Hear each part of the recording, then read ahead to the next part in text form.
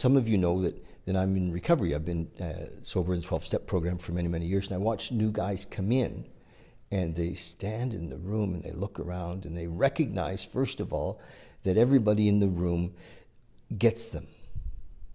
Everybody in the room has had the experience. Everybody in the room has had the experience of being totally lost at even maybe a much deeper level than many of you could imagine. And so I'm back to I lost my train of thought for a second.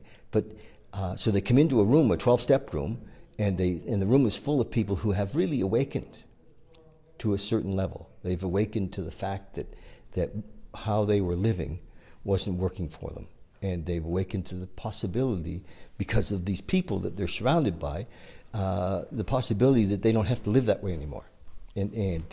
But the allure, if you will, of the old way of living, and I don't just mean using drugs and alcohol, but I mean thinking, is strong. And to bust out of it is almost impossible. For it really, really has to be, we really have to want it. And I know that in the last 40 years that I didn't know what it was, but I knew that there was something more, a bigger connection, a more awakening, that had to be available, because people were saying that it was, so it became a priority for me. Most of my adult life, it's been in at least the top 3. A lot of it's been the number one authority. I spent fortunes traveling around the world to be with teachers, because I knew that there had to be something better than how I was living. And I was living in the lower realms of often fear. And fear, like James just said, creates our reality. And anger creates our reality. And I didn't want to live in that reality anymore. What a job to come out of it. It is, some people will say, well, it's just a decision. Well, yes, and it is just a decision, but I didn't realize that the decision was a decision for love, a decision for to be of service, to carry the message. And it's more than just a casual decision. It's a real strong decision to come out of this old way of being. So that's the possibility. That's what I believe we're offering, is to do this together and this year. It's an awakening game, and I'm kind of out scouring the bushes and finding them and asking them to come and be with us, so that they can support more people in awakening. And because most of us know that the key to in some ways staying awake is to help others. It really is. And so we create a community, which we are creating. It's not an if. We are creating a community of people who want to be, who have the intention to be more conscious. Then it's a beautiful place for people who are more conscious to come and help other people become more conscious. I think that people don't realize that how amazing life can be. Or we're so caught in Maslow's lower in survival that it's hard to see. We're like worried about the rent, and we're worried about whether the husband's staying or leaving, or whether the kids. We're caught up in the day-to-day struggle of life, and so it's hard to make time for this.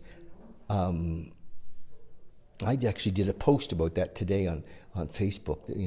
I think it would, after everything gets sorted out, I'll have peace in my life. And the post said, well, after we have peace in the life, everything will get sorted out.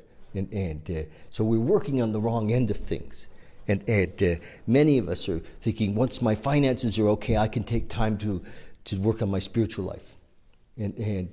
Or once my physical health is okay, I can have more time to work on and it's just not so. It's not so. When we're more present, we're in our full potential, and our life comes to us. And I guys, I know this from a fact because I spent most of my life having kind of spirituality, even though I was searching all over here and business over here. And I thought, well, I have, and still trying to run the show over here, and instead of turning it all over, and realized that I'm actually living this experiment now of saying, okay, I'm not in control. I'm surrendered around everything. And so I've given up the idea of organizing whether I'm in a relationship or not. It's not my business, and where I work or not, it's not my business. I'm just in meditation with my intention is to follow directions. And it's sometimes a little scary, but it's no more scary than when I was running the show.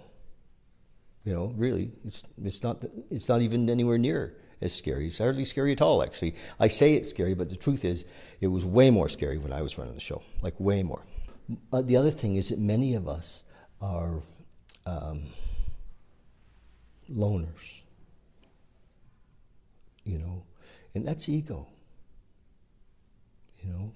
The idea that, that we pull away, we isolate.